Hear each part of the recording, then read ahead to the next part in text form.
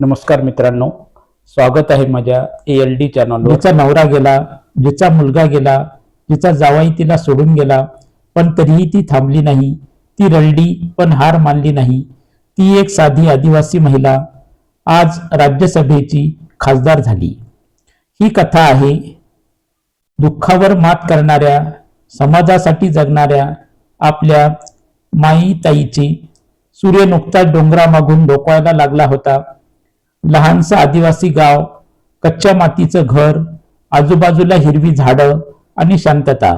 पण त्या शांततेतही एक संघर्ष लपलेला होता। त्या गावातल्या एका छोट्याशा झोपडीत एक लहान मुलगी आईसोबत लाकडं गोळा करत होती। तीच होती मायाताई। मायाताईचं बालपण म्हणजे अभाव, संघर्ष आणि तग धरणं। घरात 2 वेळचं जेवणही मिळणं कठीण। आई वडील दिवसभर मजुरी करत, कधी पोट भरायचं तर कधी उपाशी झोपायचं। आई अनेकदा म्हणायची, बाळा आज थोडंसं खा, उद्यासाठी काहीतरी ठेवायला हवं। आणि त्या लहानशा मायाताई आपलं अर्ध जेवण आईच्या ताटात ठेवायच्या। शिक्षणाची लढाई। त्या काळात गावात एक छोटीशी शाळा होती, पण मुलींसाठी नाही। लोकांचं एकच मत, मुली शिकून काय करणार। पण मायाताईच्या डोळ्यात वेगळी चमक होती। त्या शाळेजवळ उभं राहून दुरून मुलांना शिकताना बघायच्या। त्यांच्या मनात एकच विचार यायचा, मी पण शिकू शकते, मला पण अक्षर ओळखायचं आहे। एक दिवस त्यांनी धाडस केलं। त्या वडिलांसमोर उभ्या राहिल्या आणि म्हणाल्या, बाबा मला शाळेत जायचं आहे। घरात शांतता पसरली। वडील रागाने म्हणाले, आपल्याला 2 वेळचं जेवण मिळत नाही आणि तुला शाळा हवी। आईही गप्प होती, पण त्या दिवशी मायाताईंच्या डोळ्यात पाणी नव्हतं, निर्धार होता, जिद्दीची ठिणगी।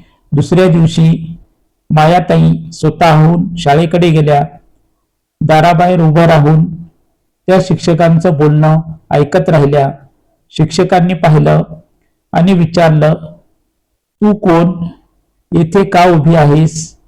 मायाताई हळू आवाजात म्हणाल्या, मला शिकायचं आहे। त्या एका वाक्यात त्यांच्या आयुष्याचा मार्ग ठरला। शिक्षकांना तिची जिद्द जाणवली। त्यांनी तिला आत बसू दिलं। पण ना पुस्तक, ना वही, ना चप्पल, तरीही मायाताई आनंदात होत्या। त्या मातीवर बोटाने अक्षर लिहायच्या आणि मनात स्वप्न रंगवायच्या। दिवसभर त्या आईसोबत काम करायच्या, लाकडं गोळा करायच्या, पाणी भरायच्या आणि संध्याकाळी थकलेल्या शरीराने शाळेत जायच्या। रात्री दिवा नव्हता तर त्या चुलीच्या उजाडात अभ्यास करायच्या। आई अनेकदा म्हणायची, बाळा एवढं कशाला कष्ट करतेस। मायाताई हसत म्हणायच्या, आई एक दिवस सगळं बदलणार आहे।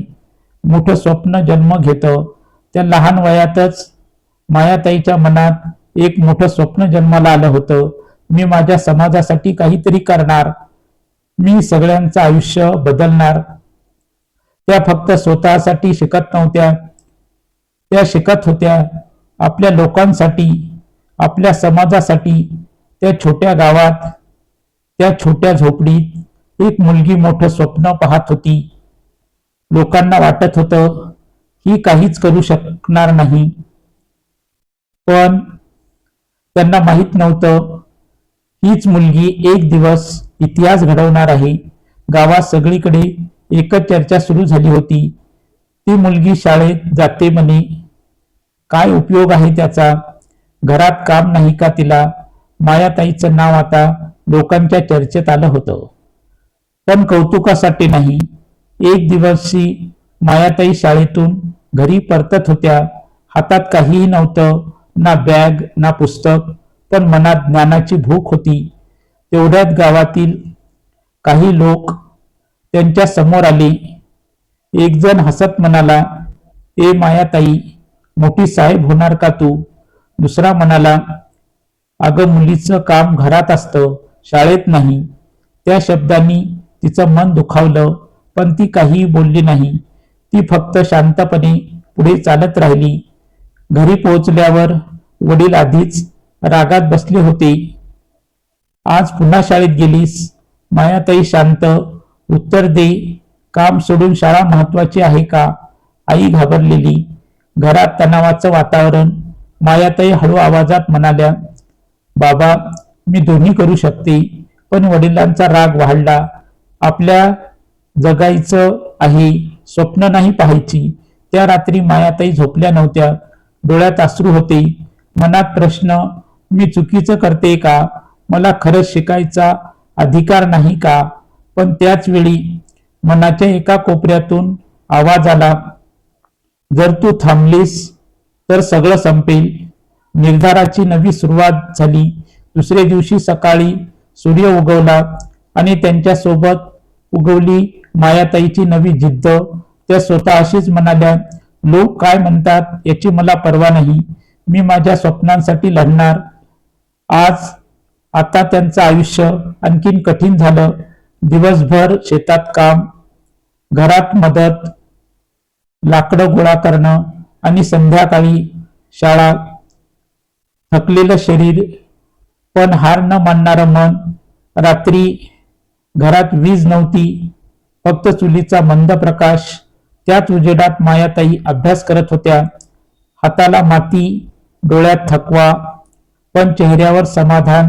आई शांतपणे त्यांच्याकडे बघत होती आणि हळूच म्हणाली, बाळा, तू वेगळी आहेस. आईने हळूहळू त्यांना साथ द्यायला सुरुवात केली. ती वडिलांना समजवायची, तिला शिकू दे, तिच्यात काहीतरी खास आहे. मायाताईसाठी तो मोठा आधार होता. कारण जेव्हा सगळं जग विरोधात उभं राहतं, तेव्हा एका व्यक्तीचा विश्वासही पर्वत हलवू शकतो. हळूहळू मायाताई वर्गात चांगलं शिकू लागल्या. शिक्षक त्यांचं कौतुक करू लागले. एक दिवस शिक्षकांनी संपूर्ण वर्गासमोर सांगितलं, ही मुलगी खूप पुढे जाणार आहे. त्या शब्दांनी मायाताईच्या डोळ्यात चमक आली. गाव अजूनही बदललं नव्हतं. लोक अजूनही तेच बोलत होते. पण मायाताई बदलत होत्या. त्यांची जिद्द वाढत होती. त्या प्रत्येक अपमानातून ताकद घेत होत्या. लोकांना वाटत होतं, ही मुलगी थांबेल, पण ती थांबण्यासाठी जन्माला आलेली नव्हती. ती इतिहास घडवण्यासाठी जन्माला आली होती. गावात सणासारखं वातावरण होतं. मायाताईचं लग्न ठरलं होतं. घरात आनंद होता. पण त्यांच्या मनात एक वेगळंच वादळ सुरू होतं. आता माझं स्वप्न संपेल का? मी आता शिकू शकणार नाही का? त्या शांतपणे एका कोपऱ्यात बसून विचार करत होत्या. मायाताईच्या डोळ्यासमोर त्यांचं सगळं आयुष्य झळकत होतं. शाळेचा पहिला दिवस, लोकांचा विरोध, आईचा आधार, आणि आता लग्न. त्यांना भीती वाटत होती, सगळं इथंच थांबणार का? लग्न झालं. मायाताईच्या नव्या घरी आल्या. नवीन लोक, नवीन वातावरण, नवीन जबाबदाऱ्या. सकाळपासून संध्याकाळपर्यंत काम, स्वयंपाक, घरकाम, सगळ्यांची सेवा. त्यांचं आयुष्य पुन्हा एकदा बदललं. एका रात्री सगळे झोपले होते. मायाताई एकट्या बसल्या होत्या, आकाशाकडे बघत, डोळ्यात पाणी. देवा, माझं स्वप्न इतकंच होतं का? तेवढ्यात त्यांचे पती शांतपणे त्यांच्याजवळ आली. त्यांनी विचारलं, तू इतकी शांत का आहेस? मायाताई काही बोलल्या नाहीत, पण त्यांच्या डोळ्यांनी सगळं सांगितलं.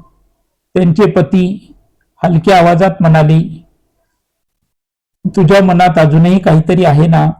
मन मोकळं करणारा क्षण. त्या क्षणी मायाताई स्वतःला थांबवू शकल्या नाही.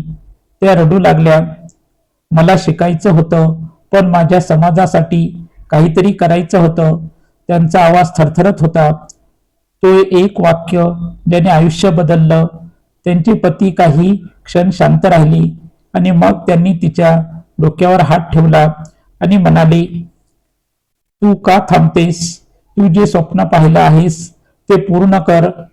मायाताई थक्क झाल्या. त्यांना विश्वासच बसत नव्हता. त्यांचे पती पुढे म्हणाले, मी तुझ्या पाठीशी आहे. तू घरही सांभाळ आणि स्वप्नही. लोक काय म्हणतात याची काळजी करू नकोस. तू पुढे जा, मी तुझ्या सोबत आहे. त्या शब्दांनी मायाताईचं तुटलेलं मन पुन्हा जोडायला सुरुवात झाली. त्या दिवसानंतर मायाताई बदलल्या.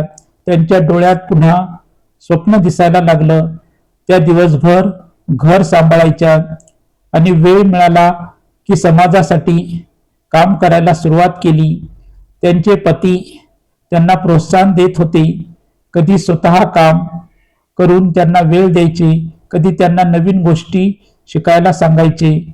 आता ते फक्त मायाताईचे स्वप्न राहिलं नव्हतं, ते दोघांचं स्वप्न झालं होतं. एक जिद्दी स्त्री आणि तिच्या पाठीशी खंबीर उभा असलेला नवरा. दोघांनी मिळून ठरवलं, आपण समाजासाठी काहीतरी मोठं करणार. जिथे लोकांनी अडथळे आणले तिथे त्यांना एक आधार मिळाला, एक असा साथीदार ज्याने तिचं स्वप्न संपवलं नाही तर त्याला उंच भरारी दिली.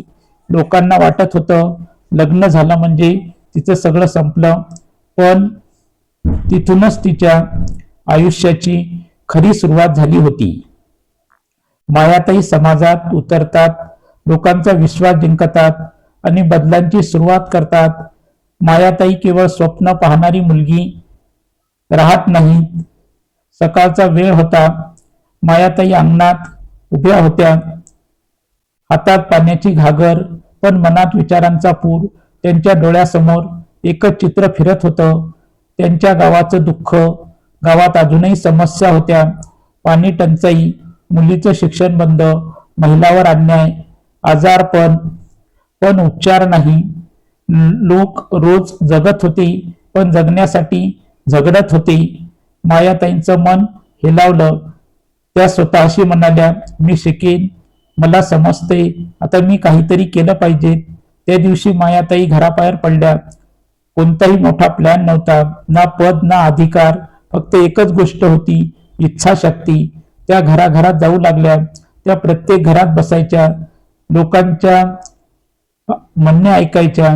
एक वृद्ध महिला म्हणाली, बाळा, पाण्यासाठी रोज 2 किलोमीटर चालावं लागतं. एक आई म्हणाली, माझ्या मुलीला शिकायचं आहे पण शाळा नाही.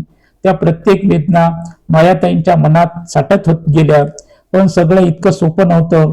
काही लोक अजूनही त्यांच्यावर विश्वास ठेवत नव्हते. तू काय करणार? तुझ्याकडे ताकद आहे का? त्या शब्दांनी पुन्हा एकदा त्यांना दुखावलं. त्या संध्याकाळी मायाताई थोड्याशा निराश होत्या. त्यांचे पती त्यांच्याजवळ आले. काय झालं? त्या म्हणाल्या, लोकांना माझ्यावर विश्वास नाही. त्यांचे पती हसले आणि म्हणाले, विश्वास मागून मिळत नाही, तो काम करून मिळवावा लागतो. त्या एका वाक्याने मायाताई पुन्हा उभ्या राहिल्या. मायाताईंनी ठरवलं, बोलून काही होणार नाही, आता कृती करायची. त्या काही महिलांना घेऊन गावात पाण्यासाठी मोहीम सुरू केली. त्या अधिकाऱ्याकडे गेल्या, अर्ज दिले, लोकांना एकत्र केलं. लहान यश मोठा बदल झाला. काही दिवसांनी गावात पाण्याची सोय झाली. तो एक छोटा बदल होता, पण लोकांसाठी तो मोठा दिलासा होता. लोक आश्चर्यचकित झाले, ही खरंच काहीतरी करू शकते. हळूहळू लोक मायाताईकडे येऊ लागले. कोणाचं काही काम असेल, काही समस्या असेल, सगळ्यांना एकच उत्तर मिळायचं, आपण मिळून करू, उपाय नक्की मिळेल. महिलांसाठी आवाज. मायाताईंनी महिलांसाठी काम सुरू केलं. त्या त्यांना समजावायच्या, तुम्ही कमजोर नाही, तुमच्यात ताकद आहे. महिलांनी हळूहळू आवाज उठवायला सुरुवात केली. एक नेत्या जन्म घेते. मायाताई आता फक्त एक सामान्य स्त्री राहिल्या नव्हत्या, त्या लोकांची आशा बनल्या होत्या, त्यांचा आधार बनल्या होत्या. लोक म्हणू लागले, हीच आपली नेते. एक स्त्री जिच्याकडे काहीच नव्हतं, ना पैसा ना पद, पण तिच्याकडे होती जिद्द आणि लोकांसाठी जगण्याची भावना. आणि त्याच जोरावर ती लोकांच्या मनात घर करू लागली. लोकांचा विश्वास इतका वाढतो की मायाताई निवडणुकीच्या मैदानात उतरतात. एक साधी समाजसेविका आता निवडणुकीच्या मैदानात उतरते. भावना, ताण, संघर्ष सगळं शिखरावर जातं. गावामध्ये अचानक एक बातमी पसरली. यंदा नगरसेवकाची निवडणूक होणार आहे. सगळीकडे चर्चा सुरू झाली. कोण उभा राहणार, कोण जिंकणार. एक संध्याकाळ गावातल्या काही लोकांनी बैठक घेतली. एक वृद्ध माणूस म्हणाला, आपल्याला अशी व्यक्ती हवी जी आपल्यासाठी लढेल. तेवढ्यात एक महिला उठली आणि म्हणाली, आपल्याकडे आधीपासूनच आहे ना मायाताई. सगळे काही क्षण शांत झाले आणि मग हळूहळू सगळ्यांनी मान हलवली. हो मायाताईच. त्या रात्री काही लोक मायाताईच्या घरी आले. त्यांनी थेट सांगितलं, तुम्ही निवडणूक लढवा. मायाताई थक्क झाल्या. मी निवडणूक. त्यांच्या मनात भीती होती. माझ्याकडे पैसा नाही, मोठी ओळख नाही, मी कसं जिंकणार. त्या रात्री मायाताई खूप विचारात होत्या. त्यांचे पती त्यांच्या जवळ बसले. तुला काय वाटतं? त्या म्हणाल्या, मला भीती वाटते, मी हारले तर. त्यांचे पती हसले आणि म्हणाले, हरलीस तरी चालेल, पण प्रयत्न न केल्याचा पश्चाताप आयुष्यभर राहील.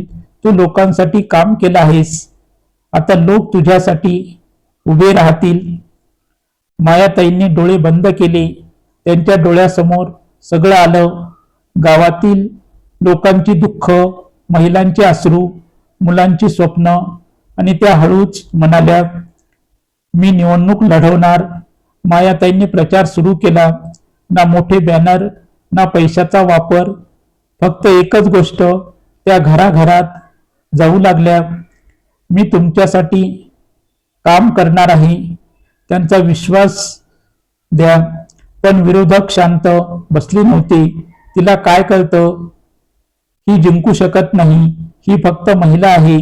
काही जणांनी त्यांची थट्टा केली, काहींनी अफवा पसरवल्या. एक दिवस प्रचार करताना कोणीतरी त्यांच्या समोर दार बंद केलं. त्या क्षणी मायाताईच्या डोळ्यात पाणी आलं. मी खरंच चुकीचं करते का? तेवढ्यात एक वृद्ध महिला त्यांच्या जवळ आली. तिने त्यांचा हात धरला आणि म्हणाली, बाळा, तू हार मानू नकोस, आम्ही तुझ्या सोबत आहोत. त्या एका वाक्याने मायाताई पुन्हा मजबूत झाल्या. तो दिवस आला. सगळीकडे तणाव, लोक मतदानासाठी रांगेत उभे. मायाताई शांतपणे दूर उभ्या होत्या. त्यांच्या हातात काहीच नव्हतं, फक्त विश्वास. मतमोजणी सुरू झाली. प्रत्येक फेरीत ताण वाढत होता. मायाताईचं नाव पुढे येत होतं. लोकांची धडपड वाढली आणि शेवटी घोषणा झाली, मायाताई जिंकल्या. क्षणभर शांतता आणि मग जल्लोघोष, आनंद, अश्रू. लोकांनी त्यांना खांद्यावर उचललं. आपली मायाताई जिंकली. मायाताईच्या डोळ्यात अश्रू होते.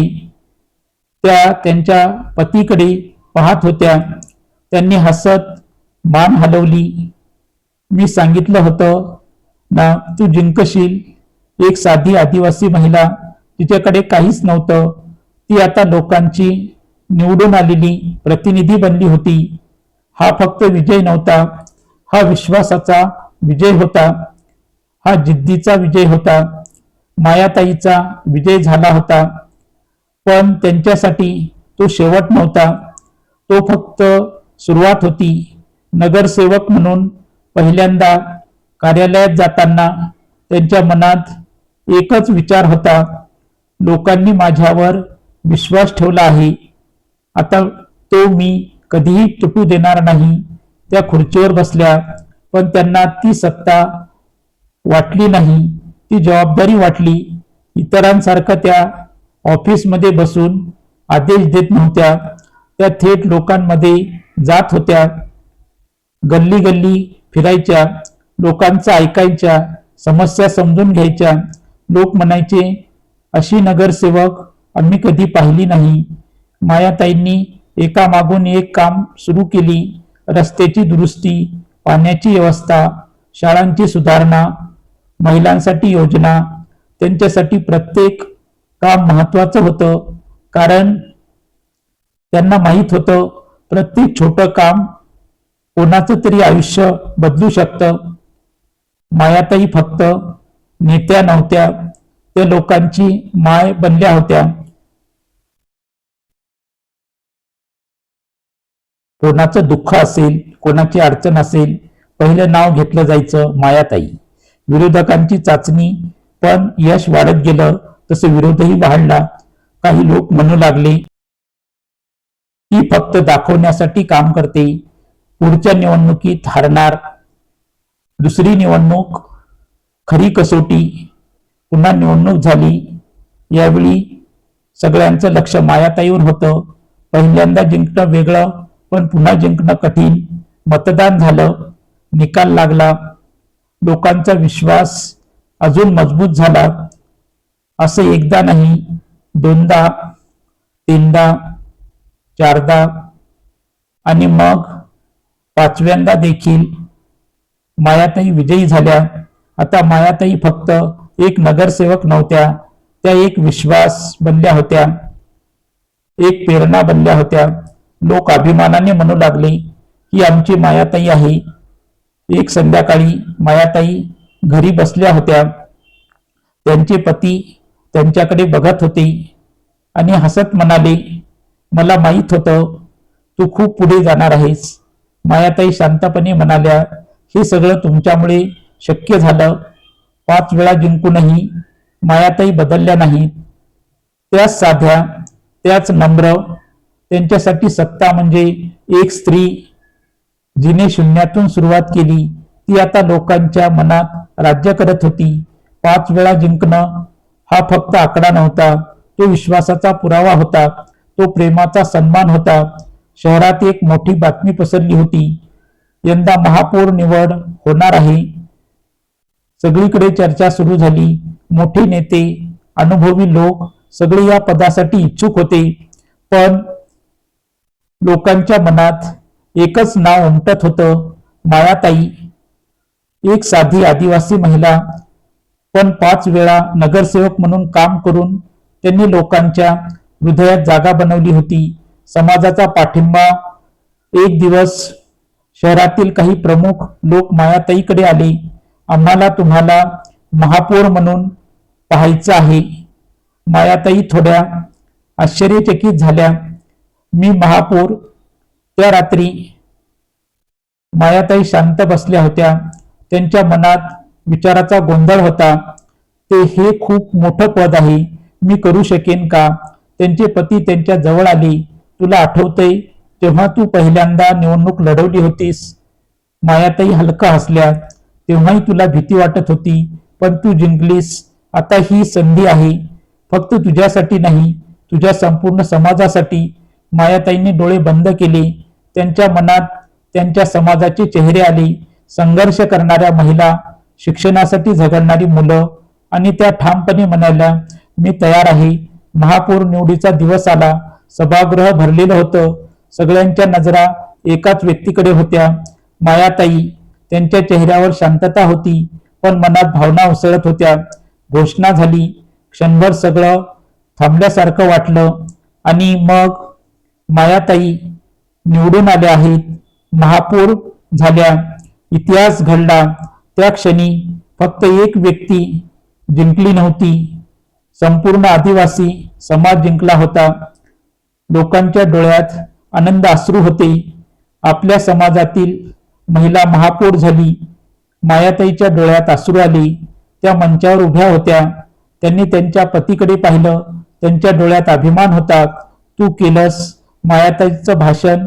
त्या शांतपणे माईक समोर उभ्या राहिल्या आणि म्हणाल्या, हा माझा विजय नाही, हा माझ्या समाजाचा विजय आहे. मी वचन देते, मी प्रत्येकासाठी काम करेन, कोणालाही मागे राहू देणार नाही. इतकं मोठं पद मिळूनही मायाताई बदलल्या नाहीत. त्यांचा साधेपणा, त्यांची नम्रता, त्या अजूनही लोकांमध्ये फिरायच्या. एक मुलगी जिला कधी शाळेत जाऊ दिलं नव्हतं, ती आज शहराची महापौर झाली होती. हा फक्त एक पद नव्हतं, हा इतिहास होता. मायाताई आता महापौर झाल्या होत्या. लोकांचा विश्वास, संपूर्ण शहराचा सन्मान, सगळं काही होतं. पण नियतीने काहीतरी वेगळंच ठरवलं होतं. पहिला धक्का, नवऱ्याचं निधन. एक दिवस अचानक त्यांच्या आयुष्यात वादळ आलं. त्यांच्या पतीचं निधन झालं. क्षणभर सगळं थांबलं. मायाताईच्या पायाखालची जमीन सरकली. तुटलेलं मन, तो माणूस ज्याने त्यांना स्वप्न पाहायला शिकवलं, ज्याने प्रत्येक वळणावर साथ दिली, तोच आता नव्हता. मायाताई एकट्या पडल्या. त्या रडत होत्या, खूप रडत होत्या. तुमच्याशिवाय मी कशी जगू? शांत झालेलं घर, घरात शांतता पसरली होती. जिथे कधी हसू होतं तिथे आता फक्त आठवणी होत्या. मायाताई प्रत्येक कोपऱ्यात त्यांना शोधत होत्या. पण दुःख येथेच थांबलं नाही. काही काळानंतर त्यांच्या मुलाचंही निधन झालं. हा धक्का आणखीन भयंकर होता. मायाताई कोसळल्या. आई म्हणून हे दुःख सहन करणं अशक्य होतं. त्या आक्रोश करत होत्या, देवा, माझ्या मुलालाच का? आता त्यांच्या आयुष्यात काहीच उरलं नव्हतं. नवरा गेला, मुलगा गेला. त्यांचं मन पूर्णपणे तुटलं होतं. लोक म्हणू लागले, आता त्या थांबतील.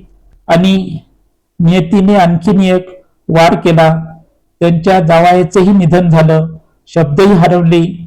आता मायाताईच्या डोळ्यात अश्रू उरले नव्हते.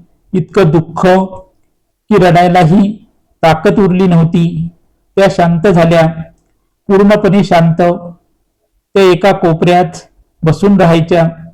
ना कुणाशी बोलणं, ना काही खाणं, फक्त आठवणी आणि वेदना. त्या स्वतःलाच विचारत होत्या, आता उरलंही तरी काय? मी कोणासाठी जगू? संपूर्ण शहर त्यांच्याकडे बघत होतं. लोकांना वाटत होतं आता त्या सगळं सोडून देतील. एक स्त्री जिने आयुष्यभर लोकांसाठी लढा दिला, तिचं स्वतःचं आयुष्य तुटून पडलं. आता कथा एका निर्णायक वळणावर येते.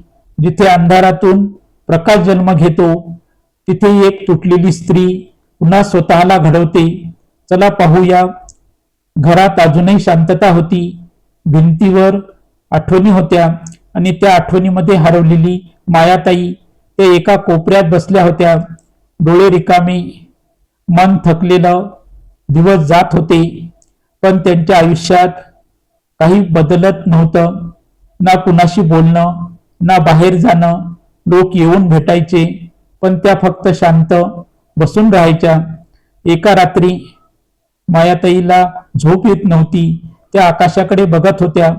अचानक त्यांच्या मनात एक आवाज घुमला, तू अशीच थांबणार आहेस का? त्या चकित झाल्या. तो आवाज कुणाचा नव्हता. तो त्यांच्या आतल्या ताकदीचा आवाज होता. आठवणीचा प्रकाश त्यांच्या डोळ्यासमोर त्यांच्या पतीचा चेहरा आला. तो हसत होता, जणू काही म्हणत होता, तू हार मानण्यासाठी जन्माला आलेली नाहीस. त्या क्षणी मायाताईच्या डोळ्यातून अश्रू वाहू लागले. पण हे अश्रू वेगळे होते. यात वेदना होती, पण त्यात ताकदही होती. त्या स्वतःशी म्हणाल्या, मी जर थांबले तर माझ्या लोकांचं काय? त्यांनी निर्णय घेतला पुन्हा उभा राहण्याचा. दुसऱ्या दिवशी सूर्य उगवला. त्यांच्यासोबत मायाताई पुन्हा उभ्या राहिल्या. त्या आरशासमोर उभ्या राहिल्या. डोळ्यात अजूनही वेदना होती, पण त्यात आता एक नवी जिद्द होती. त्या घराबाहेर पडल्या. खूप दिवसांनी लोकांनी त्यांना पाहिलं. सगळे आश्चर्यचकित झाले. त्या परत आल्या. एक वृद्ध महिला त्यांच्या जवळ आली. तिच्या डोळ्यातून अश्रू होते. मायाताई, तुम्ही परत आलात. आम्हाला माहित होतं तुम्ही हार मानणार नाही. त्या क्षणी मायाताईचं मन पुन्हा भरून आलं. मायाताईंनी पुन्हा काम सुरू केलं, पण यावेळी त्या आधीपेक्षा जास्त मजबूत होत्या. त्या प्रत्येक कामात स्वतःला झोकून देत होत्या, कारण आता त्यांचं दुःखच त्यांची ताकद बनलं होतं. नवीन ओळख सुरू झाली. लोक म्हणू लागले, ही फक्त नेत्या नाही, ही एक योद्धा आहे. मायाताईंनी त्यांच्या आयुष्याला एक नवीन अर्थ दिला. मी माझ्यासाठी नाही, मी माझ्या समाजासाठी जगेन. एक स्त्री जिने सगळं गमावलं, तीच आता इतरांसाठी जगू लागली. ती पडली होती, पण ती पुन्हा उभी राहिली आणि यावेळी ती आधीपेक्षा जास्त शक्तिशाली होती. जिथे संघर्षाचं रूपांतर इतिहासात होतं, जिथे एक साधी स्त्री राष्ट्राच्या पातळीवर पोहोचते, मायाताई आता पुन्हा पूर्ण ताकदीने काम करत होत्या. त्यांच्या चेहऱ्यावर शांतता होती, पण डोळ्यात ज्वाला होती. दुःखाने त्यांना तोडलं नव्हतं, त्यांनी त्यांना अजून मजबूत केलं होतं. आता त्यांचं काम फक्त शहरापुरतंच मर्यादित राहिलं नव्हतं, ते जिल्ह्यात काम करू लागल्या. आदिवासी भागात जाऊन लोकांच्या समस्या ऐकू लागल्या. त्या प्रत्येक ठिकाणी एकच गोष्ट दिसत होती, लोकांना अजूनही आधाराची गरज आहे. मायाताई आता स्वतःसाठी काहीच करत नव्हत्या. त्यांचं प्रत्येक पाऊल समाजासाठी होतं, प्रत्येक निर्णय लोकांच्या भल्यांसाठी होत होता. लोक म्हणू लागले, ही स्त्री वेगळी आहे, ही सत्तेसाठी नाही, सेवेसाठी काम करते. हळूहळू त्यांच्या कामाची चर्चा मोठ्या स्तरावर होऊ लागली. राज्यभर आणि मग देशभर लोकांना जाणवू लागलं, ही फक्त एक नेत्री नाही, ही परिवर्तनाची शक्ती आहे. एक दिवस त्यांना एक बातमी मिळाली, तुम्हाला राज्यसभेसाठी निवडण्यात आलं आहे. क्षणभर त्यांना विश्वासच बसला नाही. त्या शांतपणे बसल्या, त्यांच्या डोळ्यात अश्रू आले. त्यांच्या डोळ्यासमोर सगळं आयुष्य झळकून गेलं. लहानपणीचं गाव, संघर्ष, लोकांचा विरोध, नवऱ्यांचा आधार, दुःखाचे क्षण. त्या आकाशाकडे पाहत म्हणाल्या, आज तुम्ही असता तर किती आनंद झाला असता. त्यांच्या पतीची आठवण, त्यांचा आधार, तो सगळा प्रवास, तो दिवस आला. मायाताई संसद भवनात उभ्या होत्या. भव्य इमारत, मोठं व्यासपीठ, पण त्यांच्या मनात अजूनही तोच साधेपणा होता. त्या माईक समोर उभ्या राहिल्या. संपूर्ण सभागृह शांत होतं आणि त्या म्हणाल्या, मी एका छोट्या आदिवासी गावातून आलेली आहे. मी इथपर्यंत पोहोचले कारण लोकांनी माझ्यावर विश्वास ठेवला. मी वचन देते, मी शेवटच्या माणसासाठी लढेन. त्या क्षणी त्यांचा प्रवास पूर्ण झाला नव्हता, तो फक्त आणखीन मोठ्या स्तरावर सुरू झाला होता. एक लहान मुलगी, जिला कधी शाळेत जाण्याची परवानगी नव्हती, ती आज देशाच्या संसदेत उभी होती. एक स्त्री, जिने सगळं गमावलं, ती आज लाखोंची आशा होती. जीवन आपल्याला कितीही तोडू दे, पण आपण पुन्हा उभं राहू शकतो. दुःख आपल्याला थांबवत नाही, ते आपल्याला घडवतं. मायाताई शिकवून गेल्या, जीवन कधीच सरळ नसतं. कधी आनंद देतं, तर कधी असं दुःख देतं की माणूस पूर्णपणे तुटून जातो. मायाताईचं आयुष्यही असंच होतं. लहानपणात गरिबी, समाजाचा विरोध आणि आयुष्याच्या मध्यावर आपल्या जवळच्या माणसांना गमावण्याचं असह्य दुःख. पण त्यांनी एक गोष्ट कधीही सोडली नाही, उभं राहण्याची हिंमत. खरी ताकद कुठे असते? ताकद शरीरात नसते, ताकद पैशात नसते. खरी ताकद असते मनात. ज्या दिवशी माणूस ठरवतो, मी हार मानणार नाही, त्या दिवशी त्याचा विजय सुरू होतो. मायाताईंनी आपलं दुःख लपवलं नाही. त्यांनी त्याच दुःखाला ताकद बनवलं. त्याच वेदनेला समाजासाठी झोकून दिलं. त्यांनी दाखवून दिलं, आपण कितीही वेळा पडलो याला महत्व नाही, आपण किती वेळा पुन्हा उभं राहिलो हे महत्वाचं आहे. स्वतःसाठी नाही, समाजासाठी जगणं. आजच्या जगात बहुतेक लोक स्वतःसाठी जगतात, पण मायाताईंनी वेगळा मार्ग निवडला. मी इतरांसाठी जगेन. आणि म्हणूनच त्या फक्त एक नेत्या नाहीत, त्या लाखोंच्या आयुष्यांची प्रेरणा आहेत. जर तुमच्या आयुष्यातही अडचणी असतील, जर तुम्हीही कुठेतरी तुटले असाल, तर एक गोष्ट लक्षात ठेवा, ही शेवट नाही, ही सुरुवात आहे. तुमच्यातही तीच ताकद आहे जी मायाताईमध्ये होती. ज्यांचं सगळं काही हरवलं, तोच इतरांसाठी जगायला शिकवतो आणि तिथूनच खऱ्या महानतेची सुरुवात होते. ही कथा जर तुम्हाला आवडली असेल तर कृपया माझ्या चॅनलला लाईक करा, शेअर करा. चॅनलवर नवीन असताल तर चॅनलला सबस्क्राईब करा. ही कथा तुम्हाला कशी वाटली ते कमेंटमध्ये लिहायला विसरू नका. सर्वजण आपल्या तब्येतीची काळजी घ्या. पुन्हा भेटूया नवीन कथेसह. तोपर्यंत धन्यवाद. नमस्कार. जय हिंद, जय महाराष्ट्र, जय भारत.